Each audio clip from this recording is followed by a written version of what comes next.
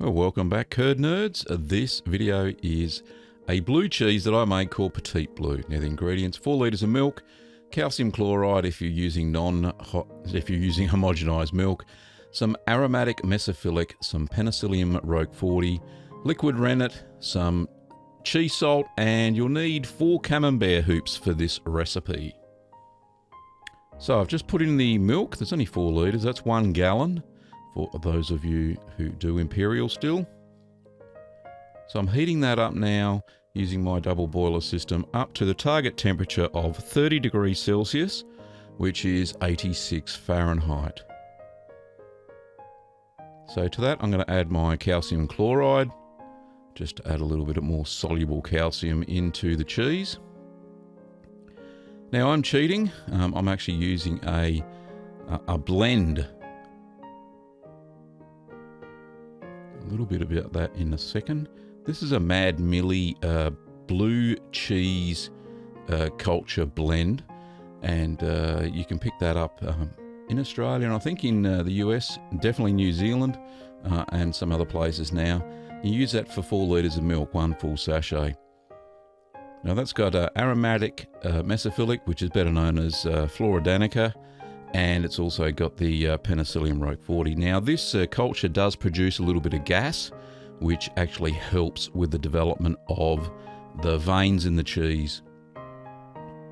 So we'll just stir that in. Set timer for 45 minutes. Okay, 45 minutes and counting. Thanks, Siri. Okay, and we'll put the lid on that and we'll let it rest. Now that the heat is off for this at the moment, so 45 minutes later, the cultures have acidified the milk, and now we're going to add in the rennet.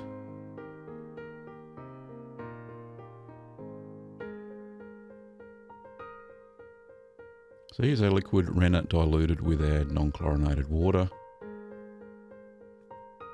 So you stir for about a minute, top to bottom. And make sure you don't stir any more than a minute because the milk starts to set.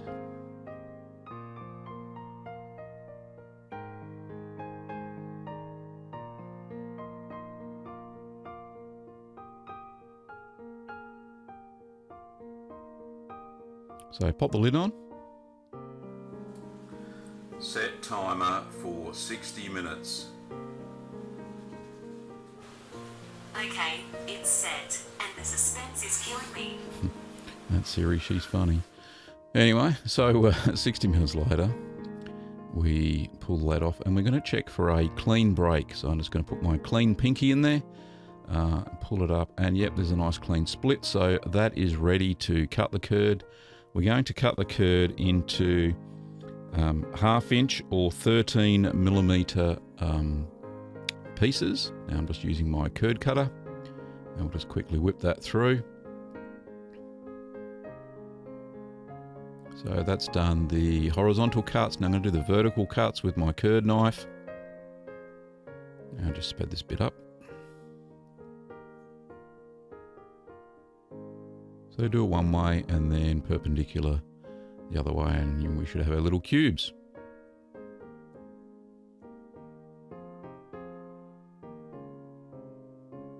There we go, all cut. Now if you didn't have a curd cutter, you could cut diagonally to create the squares. Set timer for 10 minutes. Okay, 10 minutes and counting. Okay, so we're resting for the 10 minutes. Pop the lid back on so no dust or dirt gets into your cheese. So 10 minutes later, we're going to work the salt into the curds. We don't do hardly any stirring at all for this cheese. So pop in our salt.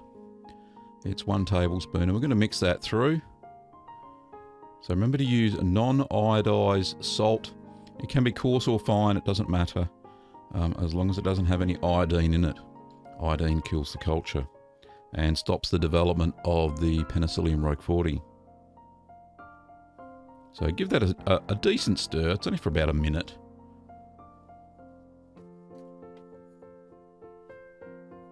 So we'll move that over to the sink area now. And I've got my sanitized camembert molds, and that's what I'm going to use for this cheese. So I called it Petit Bleu. So we're just going to basically scoop the curds into each camembert mold.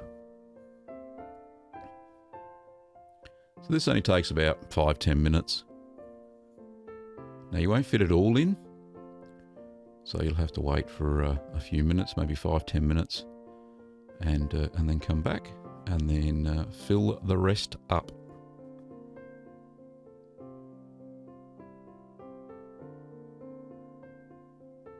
Here we go, just topping it up, and I've used all the curds now, so it's fantastic. Now we're going to let that drain now for 4 hours. And I've sped it up. This is what happens. It shrinks away as the whey flows out of your molds.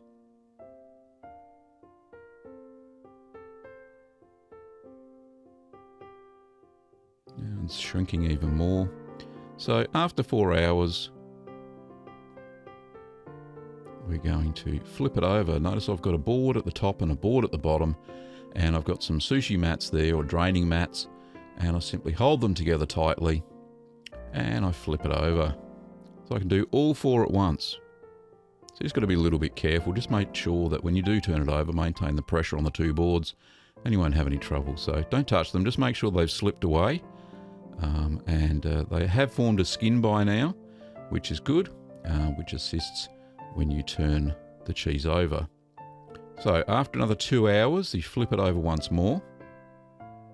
Now they went a bit wonky, so I just banged them on the sink and made them settle down a little bit.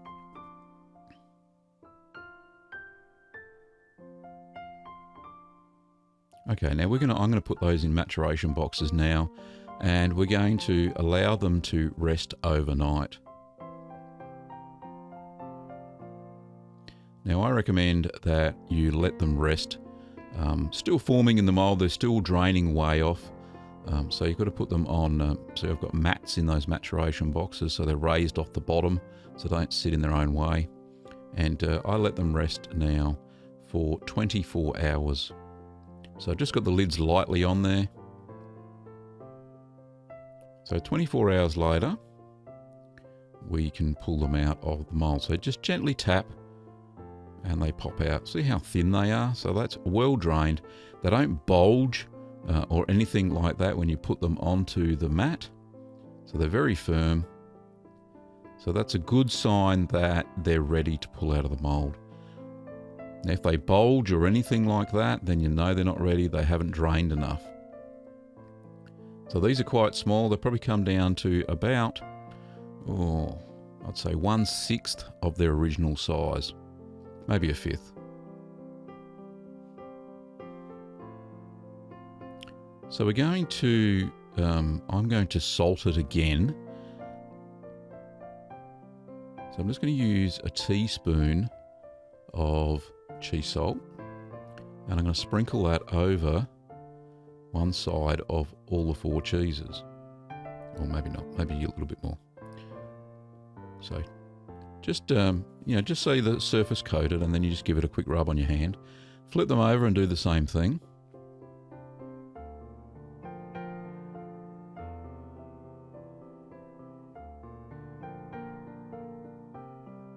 Okay, give it a quick rub. So they're now salted. You don't need to do the sides. The salt gets absorbed in. So we're going to pop them back in the maturation boxes. I just drained them then because there was a little bit of whey in the bottom. So we put them directly onto the mats because these boxes were sanitized before we started the process. So I'm just going to put some mats over the top so no flies can get in or anything like that. And we just let that sit now on the side at room temperature. And we let that sit for 2 whole days. So, and they do dry out, which is good. They don't dry out, crumbly dry out, they just firm up, so they're touch dry. Now I did have to put the lid back on at about a day and a half because they were drying out too quickly. Now notice there's no bulging still. I drained them correctly. So we're going to pierce them now after the 2 days.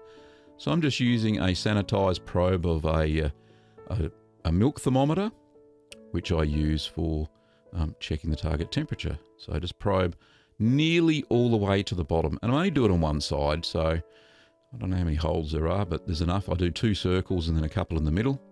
So then seal the box up and then do the other 2.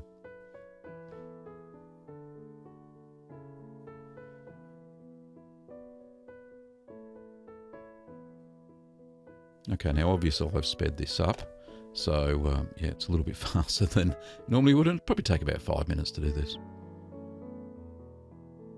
Okay, so you seal up your maturation boxes and you pop them into your cheese cave, now at 10 to 12 degrees Celsius, which is 50 to 55 Fahrenheit. So you can see the mold starting to grow already. This is after 4 days.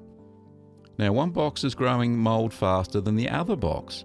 Now, the reason that is because the 2 cheeses in the smaller box are closer to the bottom. Now, they're actually producing CO2, and CO2 inhibits the development of Penicillium Roqueforti. So, there we go. So, it started to grow mold now, which is good. And that was at the 10-day after piercing mark.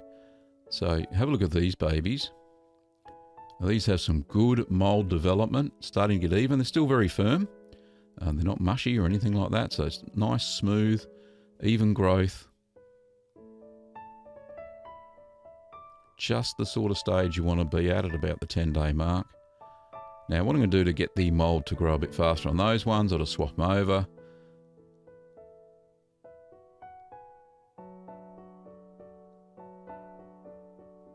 And pop the lid back on and pop it back into the cheese fridge or cheese cave, whatever you have, or damp basement, whatever.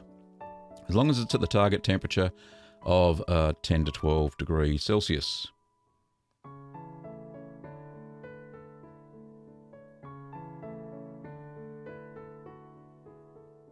Okay, so after 14 days after piercing, they both have even mold growth. There's no slippage at the moment, which is good. Slippage of the rind, it's still very firm. That blue mold growth is quite prevalent. Now, 22 days later, this is what we have. Still very firm cheese, which is what we're after at this stage. And they're a bit on the nose. They do pong a little bit, but the growth is fine. So basically, I was going to try one just at this stage, a little bit early, but I'm just going to try it. What I should have done is scraped all of the blue mold off, but we'll see that in a minute. So it's got nice vein development. There we go. So evenly through the cheese. Now the cheese is a bit young, so it's a little bit sharp still, even though I'm using an aromatic mesophilic, and the blue cheese mold is quite tart. So what I decided to do with this one, even though I ate a fair bit of it, is to scrape the blue mold off of the entire cheese. So just simply with a sharp knife, you just gently scrape off the blue mold. Very simple, and you're not actually pulling any cheese off, this is just the growth. So nice and simple, and then around the edges.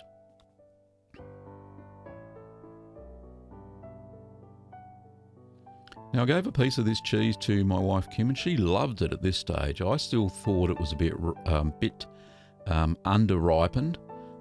It smelt lovely, it was nice once you pulled the blue mold off it. We demolished that cheese within about a week on crackers. It was quite nice. The blue mold was all the way through, so there's no problems at all. Still very edible. Now, after 32 days, so this is another 10 days, I'd been turning them every couple of days, and the one that was left in the deeper box, or the smaller box, very firm still, so I decided to take all the mold off and give it a taste test in a minute. So you can see it has gone a bit of a blue colour, the cheese, which is why I decided to call it a small blue. Now normally blue cheese is white all throughout. Mine decided to go blue, which is cool. I got no hassle with that. So we just pulled the mould off, and all I'm going to do is wrap it in tin foil, and now I'm going to store it in the normal refrigerator at 4 degrees Celsius. For 4 degrees Celsius. So that'll slow down any mold growth. I've just put it in a normal Tupperware container in the fridge, and we'll be eating these as we go through the weeks. So that was the one on the shallow one. That was the one that had the slower mold development. So that was really firm still, and it will taste fantastic. Now these two here were a little bit soft. So I still managed to get the mold off of them. I think the blue mold, the Penicillium Roqueforti, had probably over-ripened the cheese. However, it was okay. It was still a bit delicate to handle, but I still wrapped it up. So that one's overripe, but that's okay. We'll eat that one first. So I did the same with the third one.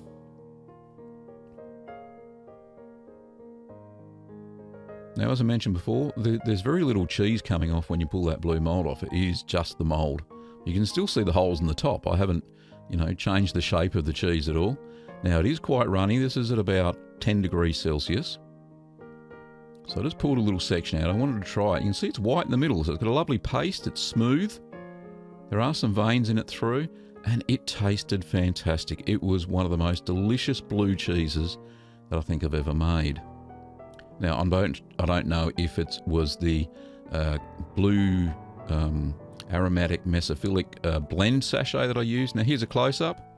You can see lovely, nice and soft in the middle. Fantastic cheese once you scrape it all off.